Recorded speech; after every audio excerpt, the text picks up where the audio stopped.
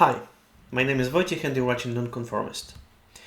In one of my previous videos, I've told you about Open Macro Keyboard, the project that I've started to allow people to make their macro keyboards a lot more functional than they potentially are. I also told you that integrating your macro keyboard in the project, in the framework, is really easy, and this is what I would like to do right now, to show you how this integration can be performed. For the purposes of demonstration, I will use my first macro keyboard that I've made. It has 12 keys, encoder, and it is powered by Teensy 3.6 microcontroller. The initial design for this keyboard was the first model that I've discussed in my previous video, so when you press a key, it actually sends a keystroke to the PC. The configuration for this keyboard to increase its portability is included in this SD card, because Teensy 3.6 supports reading SD cards by default. What we will do is we will reprogram the microcontroller, and also we will create a driver and driver factory for Open Macro Keyboard so that it can be used in that framework. It is really easy to integrate the keyboard if it follows the protocol of Open Macro Keyboard. And you can read about the protocol on the project page, gitlab.com/spook/openmacrokeyboard.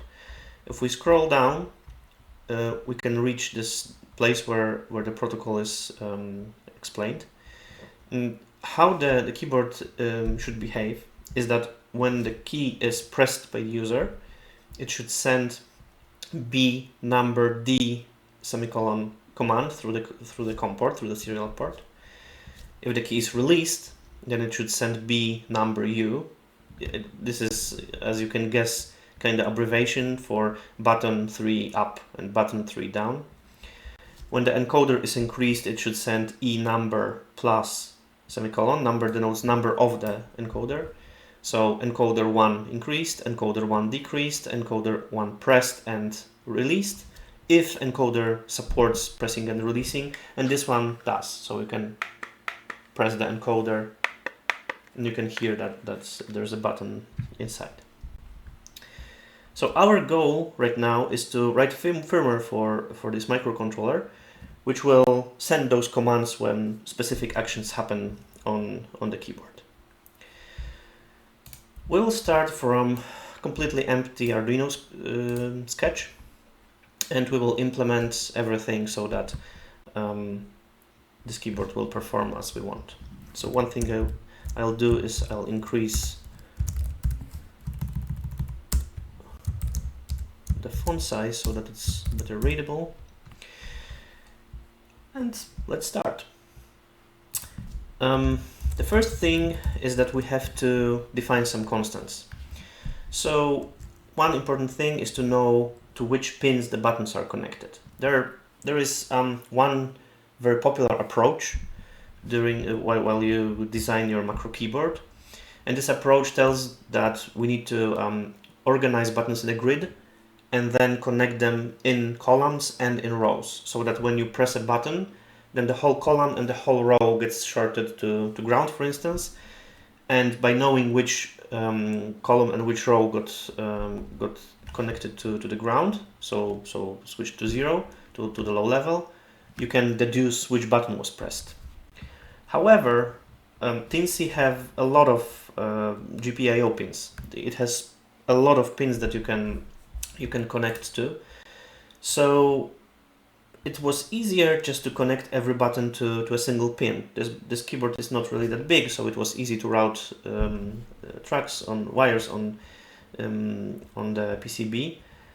So for every button we have one specific pin number. We can figure out which button was pressed, and this has an advantage of being able to press as many buttons as you want, and for instance implement in the future some kind of combo presses. So the first thing is we need to know which pins the buttons are connected to, and I will just copy it from the previous previous application that I wrote for this keyboard. If we are talking about pins, then we can as well define constants for pins that the encoder is connected to, and there are 3 of those, from which two are pins A and B, out A and out B, and those are used by encoder library to figure out to which position, to which direction the encoder was turned. And since this encoder supports pressing, we have also defined a constant for pin which represents encoder's switch. So we'll be able to read whether it is pressed or released. Before we start, before we do anything else, we have to connect to the serial port. So one of the requirements of Open Macro Keyboards protocol is that all communication with the macro keyboard is performed through the serial port.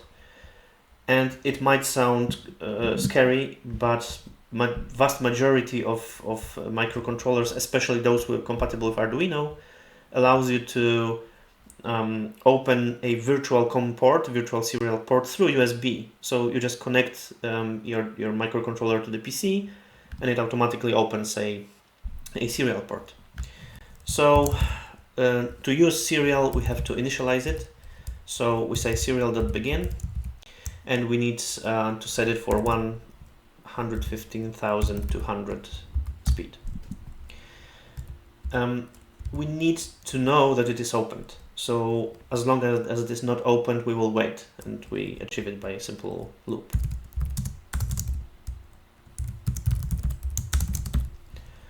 So while there is no connection in serial, loop. It will run this command over and over again as long as there is no connection.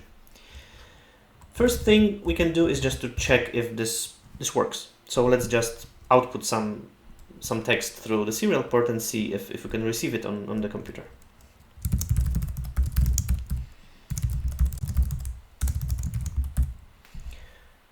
The board I'm using is Tinsy, so I need to select it from the menu, board, Tinsy 3.6. We can actually connect it to the PC.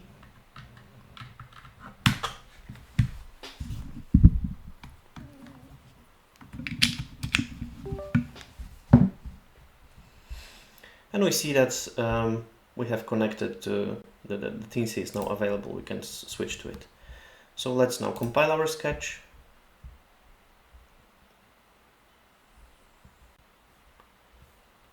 Then we can run it.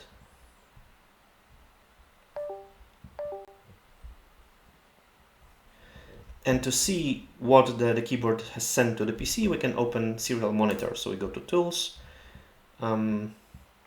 Serial Monitor, and we see that our message was passed through. So we have a connection. Let's disconnect the keyboard. Okay, so the next step will be preparing button pins to work properly, and also preparing some variables which will contain states of the buttons. Firstly, we need to keep how will our keyboard work? When we'll press the key, or when user will perform any action on the keyboard, we will check what is the current state of the button and compare it to the state that was earlier, so that we stored earlier. If those states differ, it means that something happened. User pressed the button, user released the button, or did anything else. But to know that something happened, we have to know what the state button was in earlier. So this is what we will do right now. So let's say that we'll have a variable button states, and we initialize it to an array, which will have as many entries as there are buttons.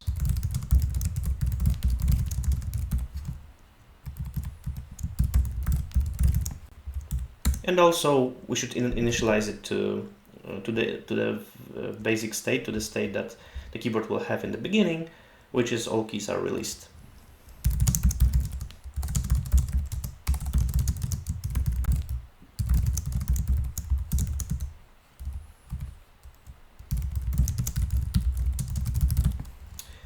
While we're at it, we can also initialize pins for buttons. Arduino works in such a way that you have to tell it what kind of communication do you expect on a pin.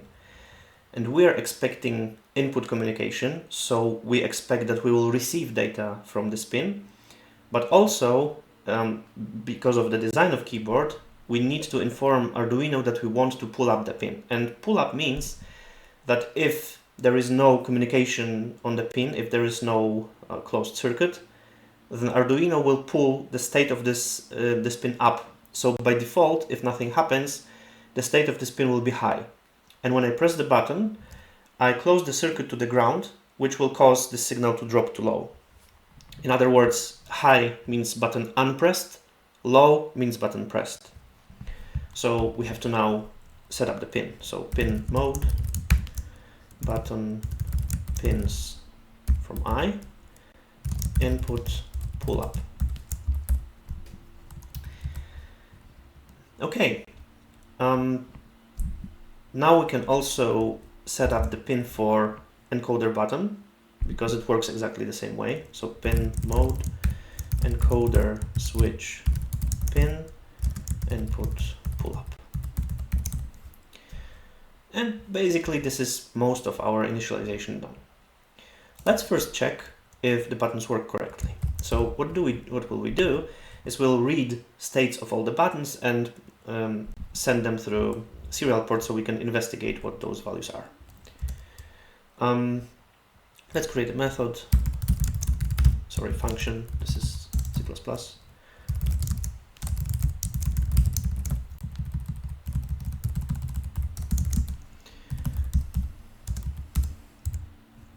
And let's iterate through all the buttons.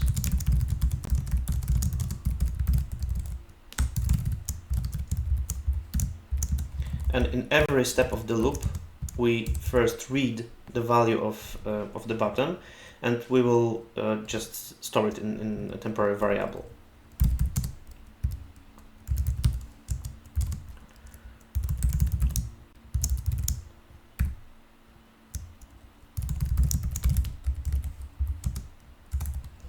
Then we will export it and send it through the COM port. And after processing all buttons, we will also send a line break, because otherwise we will be flooded with a lot of numbers and we won't be able to see what actually happens.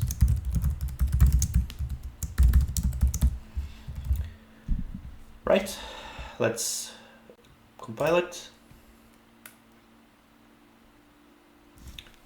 And then let's connect our keyboard again and send the sketch.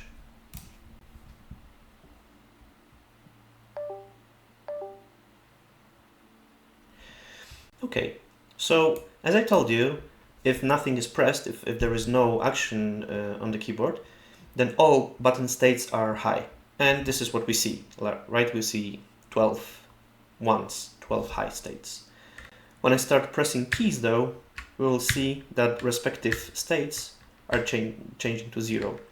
So first, second, third, fourth, fifth, sixth, seventh, eighth, 9th, 10th, 11th, 12th. And we see that all buttons work correctly. That's good news. Let's now try to change this code so that it will send the proper messages in accordance to Open Macro Keyboard protocol. So firstly, we need to check if the status changed. To do that, we keep statuses as booleans. So false means unpressed, true means pressed. So let's read the current state of the button, and we will check if it is low, because as we remember, low means pressed. So if button will be pressed, then the current state will be true. If button will be unpressed currently, the state will be false. Let's remove those prints, temporary prints. And what we now have to do is we have to compare the state, which is current, like the current state, with the state that we stored in our array in the button states. So if current state is different than button states from I, it means something happened and we need to act accordingly and send that information. So if current state is high, then it means the button was pressed.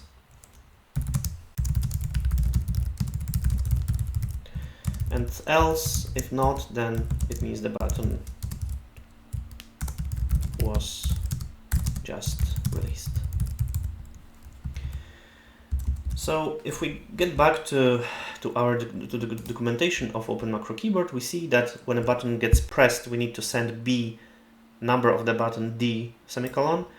When it gets released, B, number of the button, U, semicolon. There are only 2 digits available, so it means that we have Open Macro Keyboard supports macro keyboards up to 100 keys. So let's send this message. We're here when the button was just pressed. So serial print B for button. Now the tricky part is we need to send a number of the button, and we need to do it in 2 digits. So how will I do that? Is I will extract both digits from the current number index, which is stored in I, and send them one by one. Let's define a variable digit. How do I extract the first digit? I divide index of the button by 10 and add 48. Why? Because 48 is ASCII code for digit 0. 0 has 48, 1 has 49, 2 has 50, and so on and so forth. So for instance, if the key 12 was pressed, I divided by 10 is 1, because remember we are working in integer values, so there are no fractions. We have 1, plus 48 is 49, and this is code for a digit 1, and we can send it through the serial port. And now I have to do the same for the second digit, and I will achieve it very easily.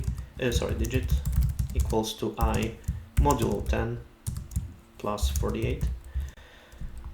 And modulo is a rest from division. So let's inspect it for a second. If I have number 12, I equals to 12, I divided by 10 equals 1. And I modulo 10 equals 2 because 10 times 1 plus 2 equals 12. And this is our modulo, this is our rest from division. This is like the integral part, and this is the rest part. So this is how modulo works. And this way we can easily extract the second digit. Again, we add 48 because this is code of 0, and we received a character representing the second digit. We have to send it through serial. Okay, so we have sent B and the code of the button. Since we are in the state that button was just pressed, we have to send D, which means down. And we can do it already in this place, ending semicolon. And this is the whole communication we need to implement for pressing the key. Now we need to do almost exactly the same for releasing the key, except sending U instead of D. But because I don't want to copy code, it's always a bad practice, let's extract this to before this if, because we have to send this regardless of what kind of action happened, what kind of event happened. And when button was pressed, we will send D, and when button was released, we will send U. And then we have to do one more thing, which is kind of tricky. So when you press a button, its state eventually will change to low. But because of material imperfections, because of imperfections in the switch design, you usually don't receive very clean state change, like from the high to low or from the low to high. It usually works in such a way that we have high, we have low. For a very brief moment of time, it jumps before high and low, and then when you finish pressing, it stays low. And the problem is that this microcontroller is fast enough to pick up this noise and treat it as proper communication. And we don't want that, because it'll generate a lot of events that really didn't happen. We pressed the button once, not like 15 times. So to fix this issue, we have to skip this moment when the noise happens. And we do that by introducing delay. And the amount of time is It's hard to tell. I usually set it to 50 milliseconds, and it is enough to filter out the noise, and after that we should have a clean signal without any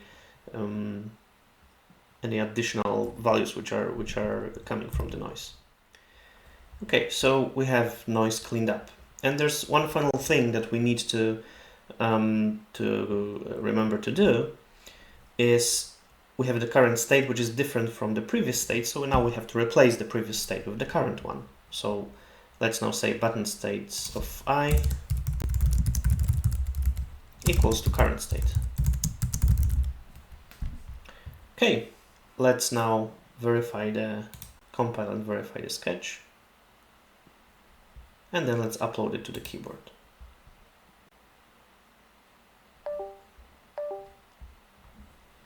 Let's check the serial monitor. Now we no longer have a long stream of numbers because we are not outputting data every loop. When I press the button, we receive B00 down, B00 up, B01 down, up, and we can check if values are correct for all other buttons.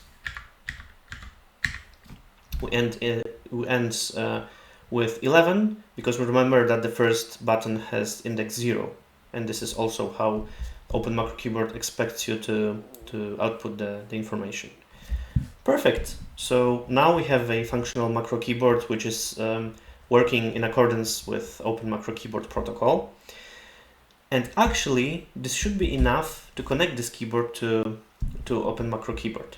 So the first thing we'll do, we will close Arduino Studio IDE because it is connected to COM port, which will prevent Open Macro Keyboard from connecting to this COM port. So let's close it.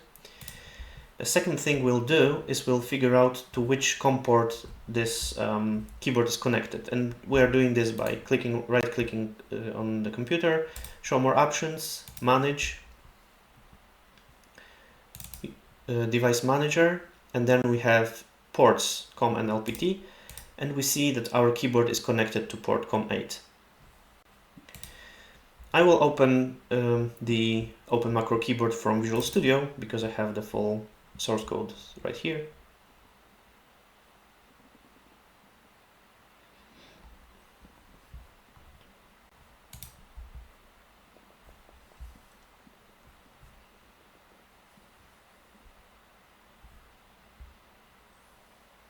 And we've got it loaded. So as you remember, Open Macro Keyboard provides generic drivers as long as keyboard has a standard layout. And it happens that this keyboard does have a standard layout of 4x3 keys. It also has an encoder, which we didn't program and is not supported in generic drivers, but if we just focus on buttons, it's enough to test it. So we can use the generic driver, so we don't have to write any code. We can just start the application.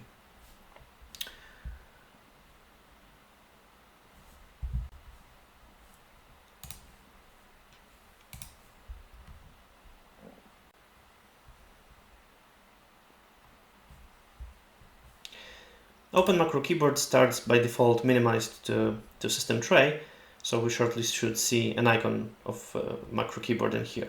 When we click it, the main window appears. Currently we have no keyboard connected, so we have to add one. And after that we need to check the generic setup for 4x3 keys. By default they both support image and description. We'll get to that a little bit later. And we are connected to COM port 8. And now we are connected to our macro keyboard. So what can we do is we can edit macro layout, and now we can define what the keys should do. So for the purposes of demonstration, I'll be doing very simple things. We also have only a couple of macros available right now. They already provide quite good functionality, I would say. And this list will grow. You can also implement your own actions. But just for purposes of demonstration, we will use regular key presses. So let's say that this button, which we will call press A, will simulate pressing key A, and the second button, which we will call press B, will simulate pressing the key B. Okay, So we have now our keyboard configured. Let's now test it.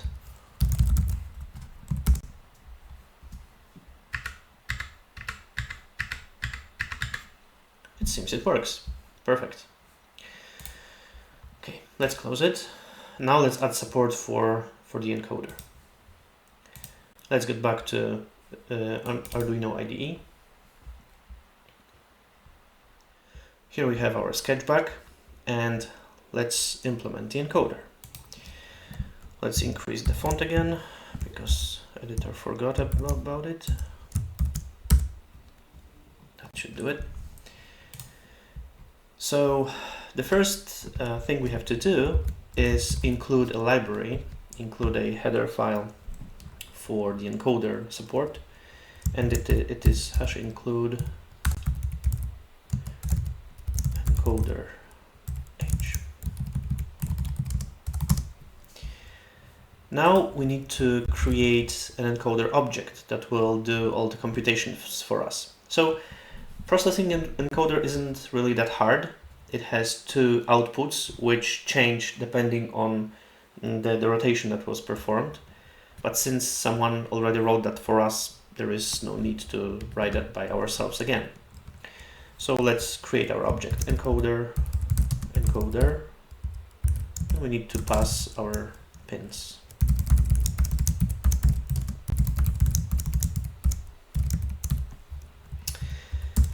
Since this encoder supports pressing, we will have to keep the state of the encoder's button the same way as we keep state of the regular keys. So bool encoder button state. Then we have to initialize encoder's button pin.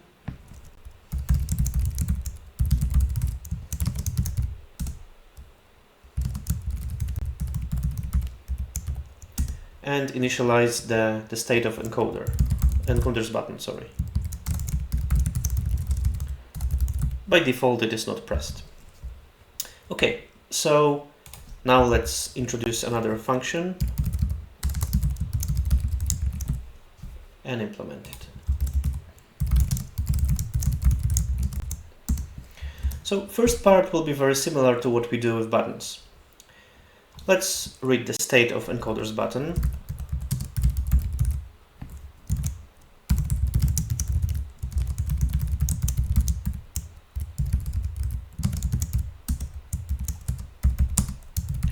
Remember that low means pressed, so if this pin's value equals to low, we'll get true, if not, we'll get false. Now we compare it to existing state.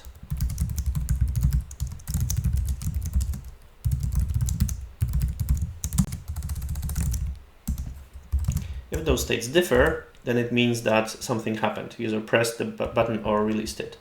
And we implement very similar code to what we did in buttons. So if current state equals to true, it means someone just pressed the button. So serial print encoder 00 down, because we have only one encoder, so the implementation is a lot easier. And else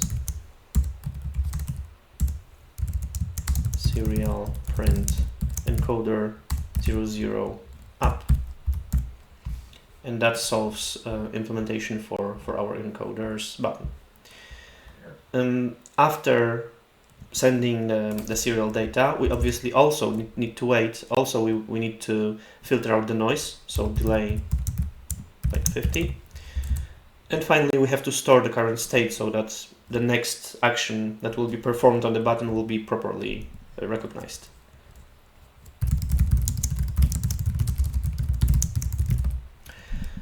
Perfect. So now maybe this should happen before, right here, and then we can wait.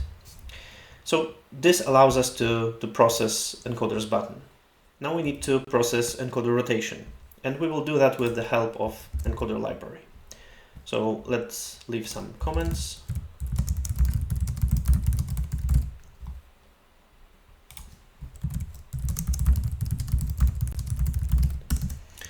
And what do? First, we read the value which is stored in the encoder object. So int rotation equals to encoder.read.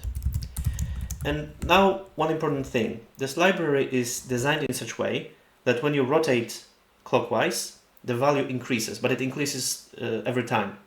So it kind of keeps the current position of the encoder. But it is not what we need. We just need to know whether encoder rotated clockwise or counterclockwise the last time.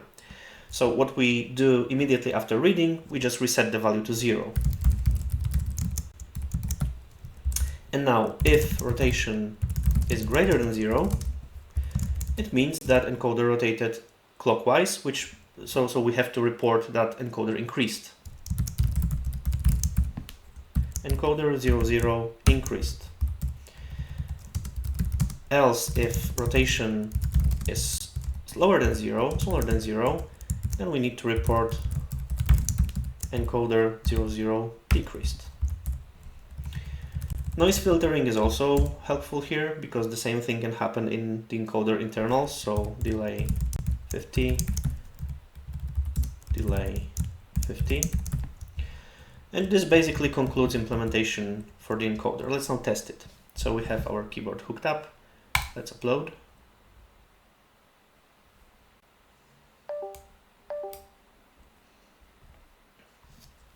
Let's test the keys. Keys work. Encoder button works. Encoder rotation increase. Encoder rotation decrease. Seems it works. Okay, so now we have everything to implement support for our keyboard in the Open Macro Keyboard framework. First, we have to close Arduino IDE because otherwise it'll clash with the USB port. We won't be able to use COM port in Visual Studio. Let's start up Visual Studio. Actually, I have it already started. Sorry. Now we have to implement a driver for our keyboard. We cannot use generic driver right now because generic drivers do not support encoders, at least yet. I probably will add the support for encoders because this will cover majority of existing macro keyboards that people designed. But so far there is none, but it is good because then we will see how to write a driver from scratch for the keyboard that supports the Open Macro Keyboards protocol. I will do it in openmacrokeyboard.drivers.generic just for the sake of simplicity. But normally you probably want to create your own assembly for the driver.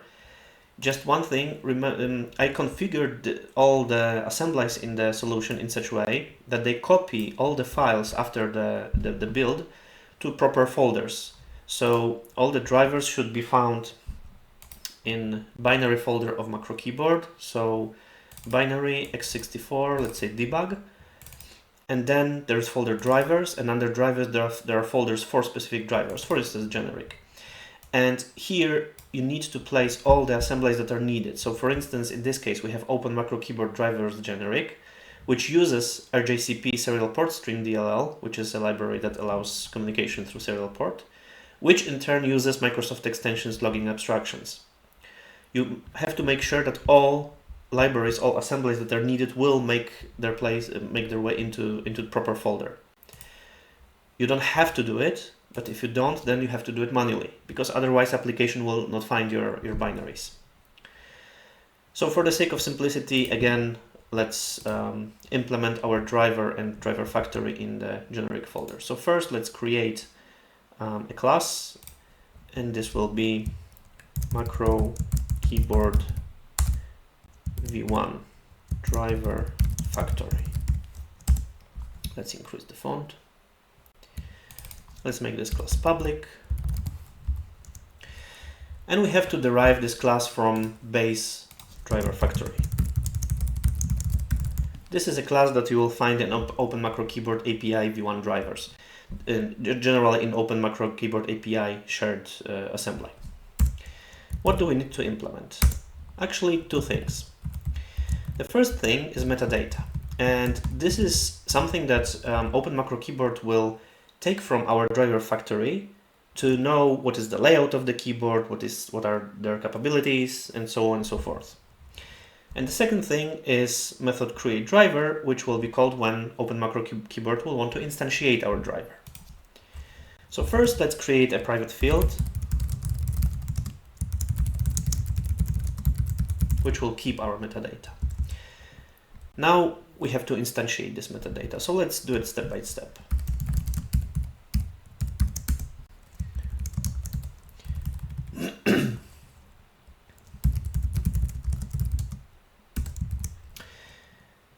What information do we need to provide? For starters, we need to provide driver name, which in our case will be macro keyboard v1. Then we have to provide driver's GUID. And this is where the things get a little bit tricky. You need to provide a unique GUID for your driver. It cannot be any of the GUIDs that are already used, because otherwise Open Macro Keyboard will load one driver and refuse to load another because the GUIDs will clash. So we need to provide a unique GUID, so let's just generate one.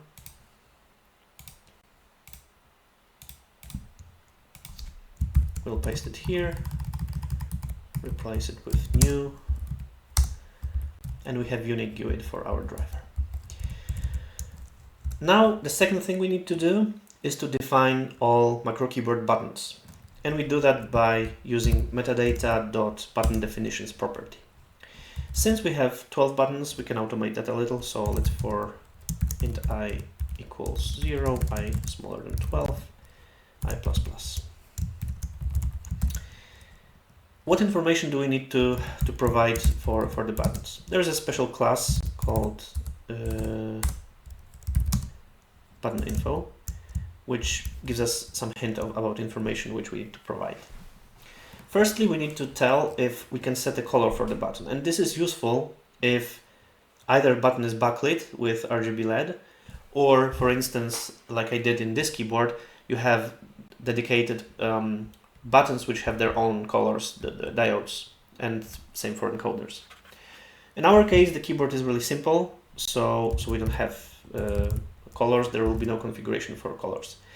Note that if the keyboard is backlit, then Open Macro Keyboard framework, using the standard protocol, will pass information about colors, what colors to set for specific buttons and specific encoders when the keyboard will be in operation. So user will be able to set up the color, and this information will be passed to the keyboard. However, you have to implement it in the keyboard so that it processes this information and lets the diode in the proper color. Then we need to tell Open Macro Keyboard whether we can set image for the button. And this is where it's a little bit tricky, because my keyboard does not support images or descriptions right away. However, those images and descriptions are also used for displaying the preview of the current screen. So even though my keyboard does not support it, I want to have those descriptions and images, so I'll say yes. And also, yes, I support description. And the final thing which we need to fill in is the physical position of the button on the keyboard. And we have two options. The more general one allows you to enter width, height, X and Y of your button. Just keep in mind that the unit is size of the default button. So if you say width 1, it means this is a width of standard button. Don't set it like to millimeters or inches or whatever. You have to use multiples of 1. So if, for instance, we have enter key on the numpad keyboard, then it will have height of 2, not anything else, because it is like as high as 2 regular buttons. But most of the keyboards, you know, this can be useful if your keyboard is like ergonomic, you have buttons below fingers and so on and so forth.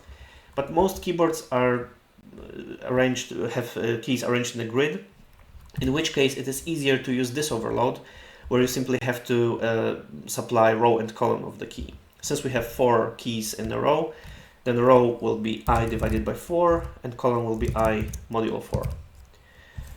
And that's it. We have configured all the buttons. Now we have to configure encoder. We have only one, so we'll just write metadata encoder definitions, add new encoder definition, encoder info. And we provide basically the same information, except we have also to tell OpenMacroKeyboard whether this encoder has a button or not. Our does. So true. We can set color. We want to set image. Want to set description. The row will be 1 and the column will be 4. Remember that we count numbers from columns from 0. So 0, 1, 2, 3 are columns for buttons and 4 will be a column for the encoder. I don't really need it to have the size of the original one, so I'm happy with whatever will be provided there. And the final thing that I don't have to, but I may specify are settings. So OpenMacroKeyboard allows your driver to specify what kind of settings does it need to work properly. Namely, for our keyboard, we need to at least to specify the serial port number. And you don't have to do any graphics user interface of your own. You just have to specify the settings and they will be provided to you. How does it work? So I say metadata.settings.add new int setting info.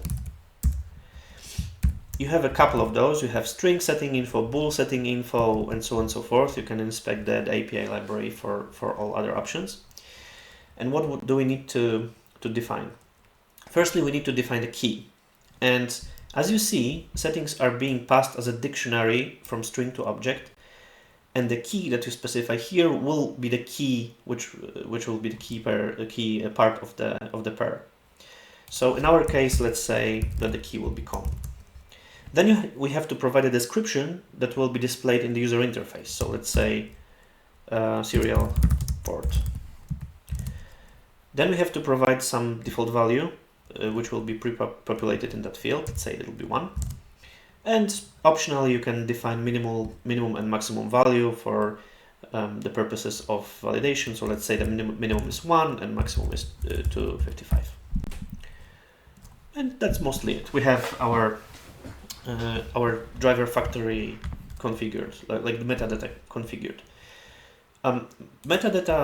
Driver factory by default will receive ilog instance from the OpenMacroKeyboard, and this is the object which you can use for logging. And you can log from driver factory, you can log from driver. So for instance, if your keyboard passes some information to your driver, you can log this information. Currently, there is no way to read those logs, but they are being collected, and in one of the subsequent versions, I will add option to read all the logs.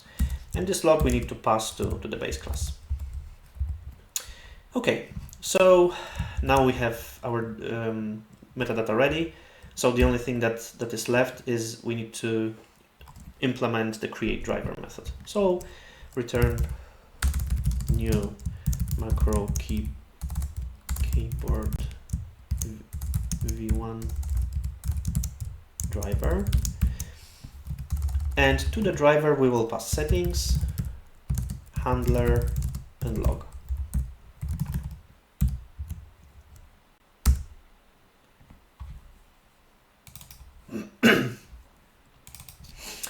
Okay, so how does our driver class look? Firstly, it needs to derive from base driver. That's a hard requirement. We don't need to keep handler and log because we need to pass it to the base class anyway, and it will be available for us. And let's shortly focus on the parameters. Settings will be all the settings that user will enter in the user interface, available by the keys that we defined in the metadata. So since we defined only one setting with key com, we can expect that this dictionary will contain entry with the key com containing the value that the user entered. Handler is a special class that allows you to interoperate with the application. So if we look inside, there's a method, for instance, handle event, which you need to call when any event on the keyboard happens. So if user presses a key, you have to call handle event, macro keyboard event source will be key, index will be index of the key, and macro keyboard event type will be, for instance, down or up or something like that. So this is a class that allows informing OpenMacroKeyboard that something happened. And finally, the log, again, is a way to log information. Normally, if you had a custom keyboard without the protocol implemented, you would need to implement the whole communication in here, because this is the bridge between the application and your keyboard. So we need to implement the actual functionality of checking what happened on the keyboard and passing data to the application. However, since our keyboard is compatible with the protocol, we can derive from base serial port driver instead, and a lot of functionality will be provided for us. So for instance, now our driver will automatically process all input from the keyboard, parse the messages, call the events from the handler, and like do everything for us. So what do we need to what do we need to do? There's one more thing. Base serial port driver also supports sleeping. So if for instance your keyboard has a screen or LEDs, and you want to be able to put it into a sleep, so turn all the LEDs or screen off, then you can tell the base serial port driver that your keyboard supports sleeping, and when user uses special sleep action, application will send a request to keyboard to turn off all the LEDs, turn off all the images, and so on and so forth. However, our keyboard does not support sleep because it doesn't have any LEDs, so I'll say it does not support sleep, false.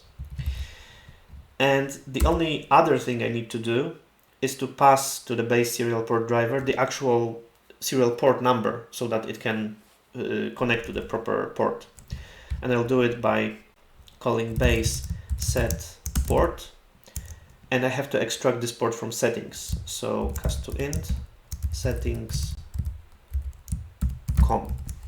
Remember, this is the key that we defined for the com port. And one more thing to implement is just display, so how the keyboard will be displayed in the drop-down list. So let's say macro keyboard v1. And that's it.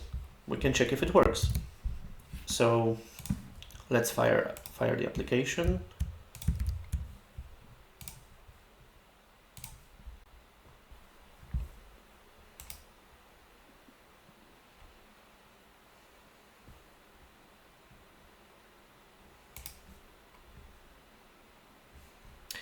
Okay, we have our old keyboard in here, we can delete it. And now let's add a new macro keyboard, and you will notice that we have our macro keyboard v1 driver available in here, and the layout of the keyboard matches what we defined in the macro keyboard driver factory. Also, you can see that there is a settings section, and it contains exactly the settings we requested. So we have serial port, default 1, we can set 8, and this information will be passed to our driver. So let's add this keyboard. We have our layout, and let's edit it and check if it works. So for this button, let's say we want to press A again, key press, let it be A. For this, we can press B, key press B. And for encoder, the situation is a little bit different because we specify different macros for increasing, decreasing, and pressing the encoder. So for increasing, let's say we want to press the key volume up. For decreasing, we want press the key volume down. And finally, on pressing, we want to press the key volume mute. And let's call it volume. Okay, so now let's check if the keyboard works.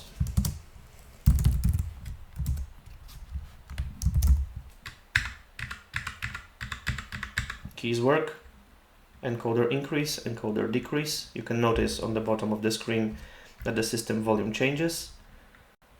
And mute, unmute. Perfect, it works. There's one more important thing I'd like to show you. Namely, you can organize all of the macros in hierarchical structure. So let's say we want to have another screen with some other functions. Let's configure it properly. For the third button, I will choose the special macro called folder. Let's call it folder. Let's add an icon for it. Now, when you double click it on the preview, you will enter this folder, and you now have a blank screen that you can set up. There's a special bug action which cannot be deleted. It has to be here because otherwise you won't be able to get out of this folder. And now we can specify different actions for those two buttons. Let's say press C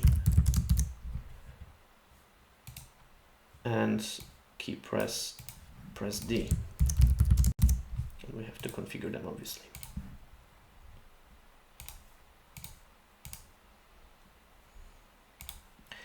And confirm.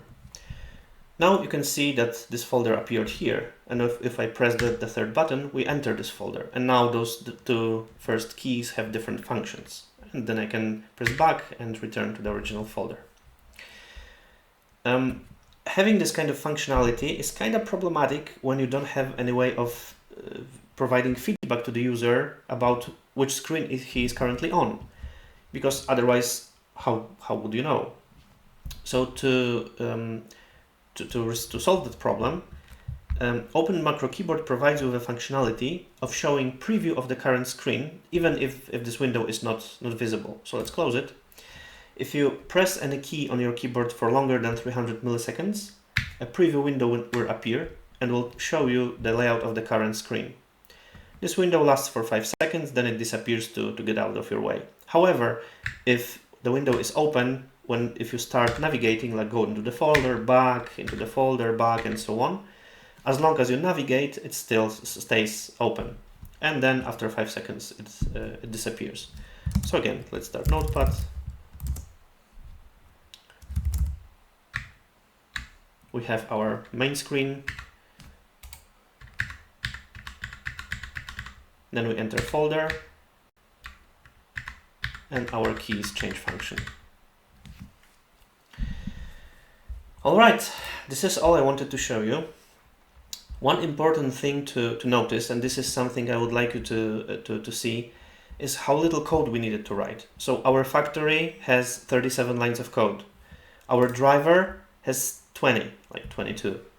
It is very, very little code, and I put really much effort into making sure that you don't need to write too much code to integrate your macro keyboard with the Open Macro Keyboard framework.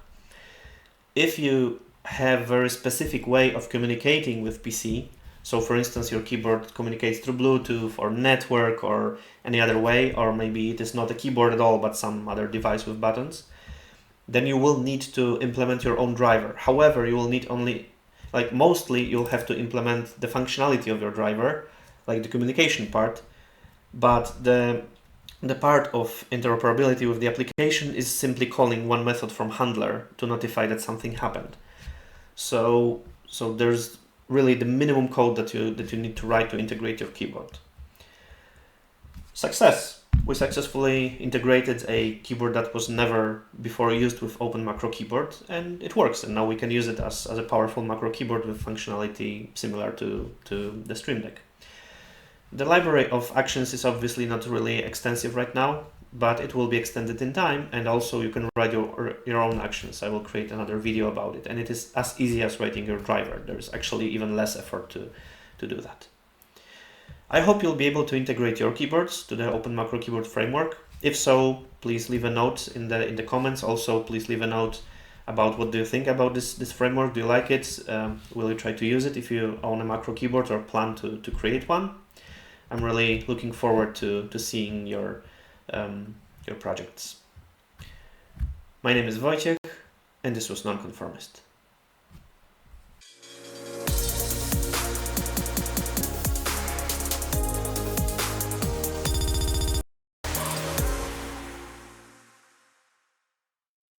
Okay, let's see what our serial monitor shows. Buttons work, encoder button work, E00 down, E00 up, and rotation doesn't work. As you see, it already has a back button, and this action is not replaceable. You cannot delete it